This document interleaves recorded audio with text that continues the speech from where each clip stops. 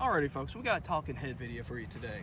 And me and Logan were discussing video ideas. What was that face you were making right there? No, we were discussing video ideas because we were like, man, we could record today, but what to record? And we started talking about colors of soft plastics. And then the question came up, does color really matter? And the answer is, it depends. You know, this is going to be strictly a hypothetical type of video. You know, we're just going to be discussing, giving y'all some food for thought. And comment down below what you all think, because I'm curious on your opinion. And I think Logan is too. Yeah, absolutely. And we'll preface this real quick with saying, again, this is another video where we're dodging rain. Yeah. It's been real wet lately, and today's just one of them days. Yeah. But again, this is not to take for granted the colors people have confidence in. Yeah. You will have a color that you love to throw more than anything. You might love Falcon Lake Craw. Some people do. Big O Steve Parks. But you just need to understand that there's only really a couple colors that encompass all of bass fishing. Indeed. I think there's only a couple things that we're going to cover in the video, but we'll definitely go through a bunch of different stuff and talk about it. And I think the first thing we should talk about is water clarity. Yeah. You know, color really has a lot to do with the clarity of your water. Are you fishing super stained or muddy water? Are you fishing super clear water? That's really going to affect the color that you're throwing. Indeed. You know, it's going to dictate whether or not you're going to throw something super dark and super unnatural versus something natural. Yeah, that's kind of that natural versus silhouette type deal.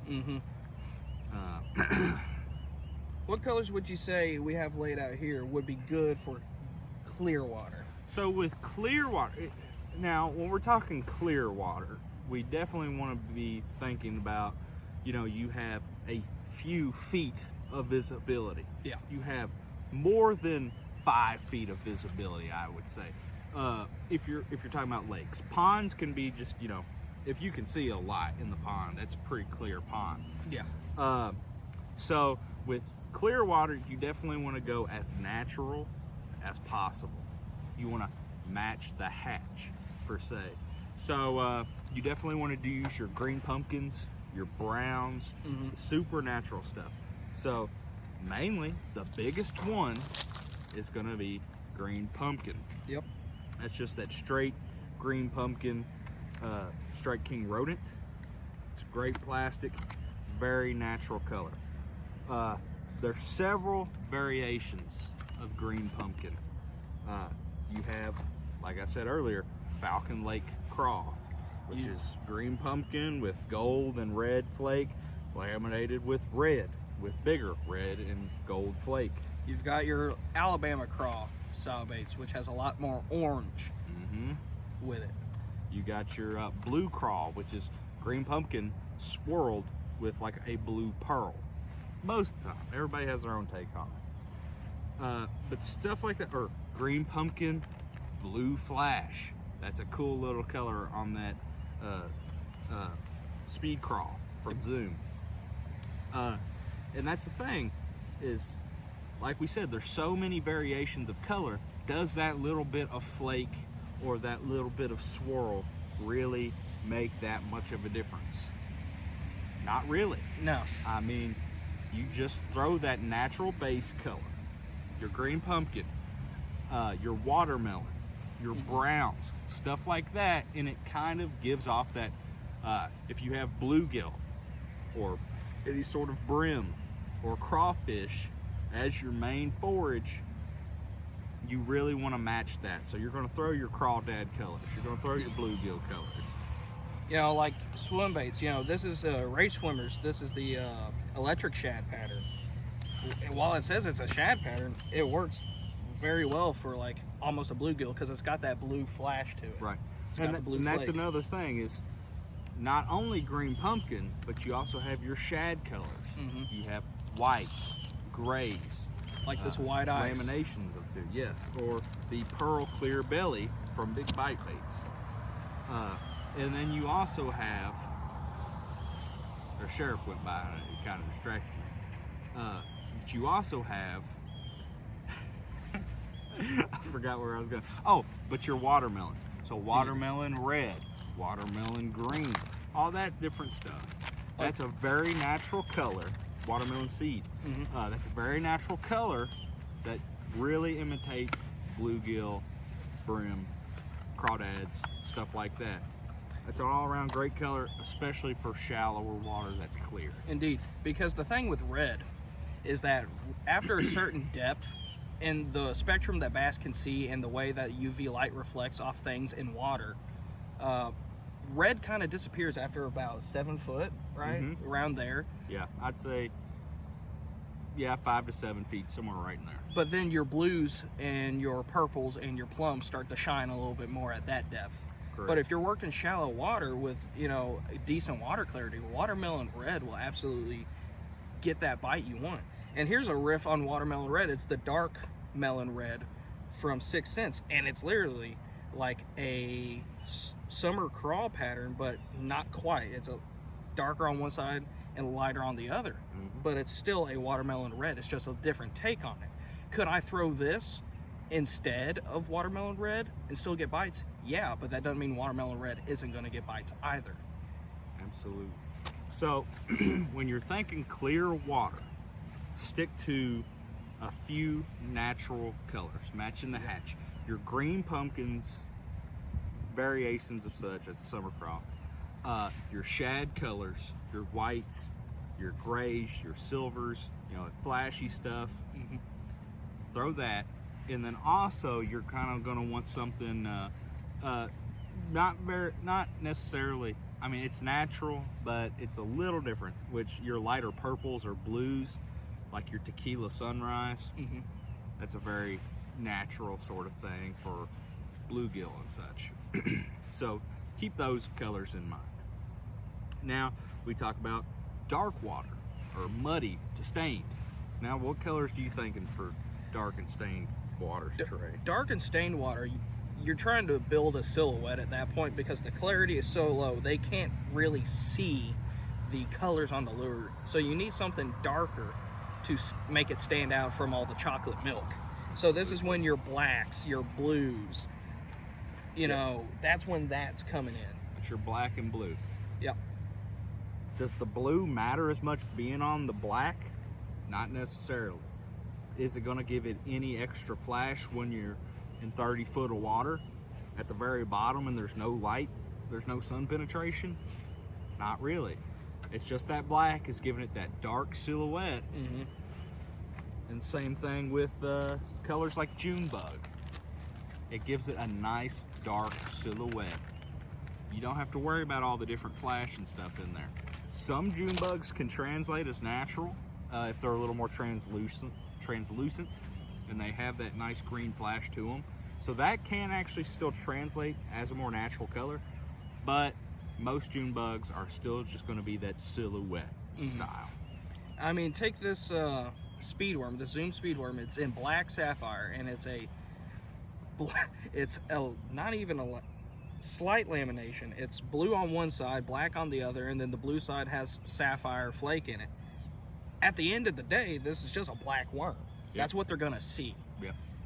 So, but in the instance that you're working like a mud line, where there's some clarity on one side but not on the other, you could do something with, you know, some blue flash on a black worm, or some blue flake rather, and you'll get the best of both worlds, being able to attract a bite in clear water and attract a bite in dark water. Absolutely. And you know, still stained, muddy water, dark color is not the only thing that works. You can use super bright, flashy colors like chartreuse that still make a silhouette. Indeed. They're not supposed to just be, you know, most chartreuse you're going to see is not going to have a bunch of different color flakes in it because it's not necessary. It's just chartreuse. The color is there. Yeah. It stands out by itself, and it's just there to make that chartreuse silhouette. Especially in the instance of where you're fishing for smallmouth, where they absolutely hate bright colors and absolutely attack them. Absolutely. You're already working most likely muddy water because they're in your creeks, they're in your rivers, they're not so much a pond game fish. or sport fish, so you already may throw that in that clarity. Yeah, and that's, we keep talking about water clarity. I also want to talk about the amount of sun penetration and sunlight that's getting to that water, because that affects visibility, not just clarity, but visibility. That's a key factor. So on a overcast, cloudy day like today, you're not going to have as much sunlight penetrating through the water as you would on a bright bluebird sky sunny day. So your fish are not going to be able to see as far because they don't have the sun to light up the water and produce as much flash on your baits anyway. Yep. So the same things still apply, but on a day with less sun, you might go from 4 foot of visibility to 2 foot of visibility. You might go from 8 foot of visibility to 4 foot of visibility. So you're going to be more, I would throw a little darker. Yeah. Maybe, depends on where you're at. Still on lakes, your shad patterns and stuff are going to work. But again, clear water, green pumpkins, watermelons, stuff like that. Dark, dirty, stained water, throw something a little darker. Your black and blues, your June bugs. Yeah, the type of water you have also plays a big role. Like Trey just mentioned to me, tannic water. Yeah. Tannic water, it's a little darker just because it has those tannins in the water from the pine needles and leaves and all kinds of stuff, grass in the water, releasing these tannins. It's a little more tannic. So down in Florida, they throw a lot of black and blues, June bugs, just because the water is naturally just darker. Yeah, it's not necessarily less clear. It's Right. just darker tinted water. Right. I have a pond fish all the time that usually is very tannic. It's surrounded by pine trees. It's in the middle of the woods. It stays very tannic. It's super clear water. Yeah. But it's very tannic. So I found that June bug works very well, and black and blue works very well in that pond. Granted, all colors work well in that pond. Those bass are aggressive. Yes. They'll hit just about anything. But you really want to keep in mind water clarity, visibility, type of water you're fishing, and then I would say the least important out of those would be match the hatch, just because it only applies to clear water. You can fish green pumpkin or black and blue in just about any water there is. But matching the hatch really only applies to clear water, so that's why I say matching the hatch is the least important out of all these. But it's still it's part of the reason for picking your color. Yep. But just to recap: water clarity, visibility, type of water, matching the hatch. So does color matter? Yes, based on those factors, but not as much as we make it out to be. It's not complicated.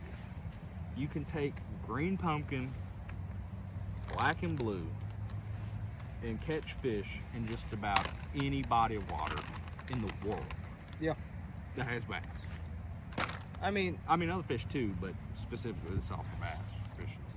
granted, these are two completely different patterns of lure. Right. But this is a sun perch hammerhog, the Ozark Trail Walmart brand, and then this is a Alabama craw Vile craw. At the end of the day, it's a very similar looking lure. Two completely different colors. This one's sun perch, so they say it's supposed to mimic, a brim, whereas this is supposed to look like a craw, but they're arguably the same pattern colors. So, Right. We name these things and we have all these different colors, but like Logan said, you could walk out into a pond with a black and blue, green pumpkin, and then something just a little wild like straight chartreuse and absolutely destroy it with 3 packs of lures. Yeah, and take this into account. 3 rage crawls right there. All 3 very different colors. But these 2 are both green pumpkin based. And this is Tequila Sunrise. All 3 of these are stellar in clear to lightly stained water. you're just going to catch fish. Yeah. Because they're natural colors. Now, granted, are all of them a little different? This has chartreuse belly. This has a red belly. This is tequila sunrise. It's just different. But they're all just great colors, and they all catch fish. You really don't have to complicate it. Yeah. Now, if you have a color that you love to throw, you have a ton of confidence in that color, throw it. Yeah. If you're catching fish, throw it. It doesn't matter. Like me, watermelon red, specifically this dark melon red. Yeah. You know, they say, you know, red doesn't penetrate, you know, it's not the most clear color to see, but man, even though I know that, I still have such confidence, I'll throw it in deeper water, you know, 10-foot water, and I'll still catch fish, because at the end of the day, it's a watermelon color. It's almost green pumpkin. It's dark. And again, me with June bug, I will throw June bug anywhere because I know it's a fish catching color.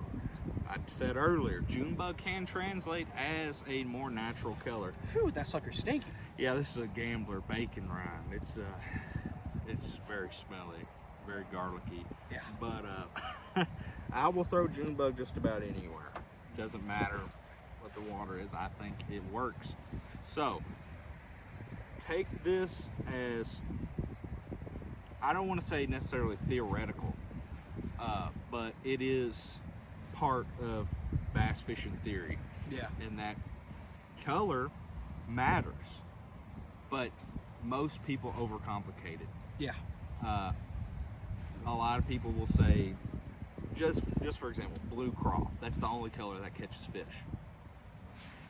It's not the case. I can probably go to the same pond somebody's throwing blue craw and throw straight green pumpkin and catch fish. Now, do sometimes fish want something, just that little something? It can be that way sometimes, and sometimes you will only catch fish on one color or so. But in the grand scheme of things, that's the exception to the rule here. Right, right. Most fish aren't specifically after, what is this, falcon craw? Falcon Lake craw. Falcon Lake craw. Most fish aren't looking for explicitly this. Right. If you throw this in most ponds right next to this, you'll catch the same fish. Yeah, most likely. You know, it's like we said, this is how it works 90% of the time.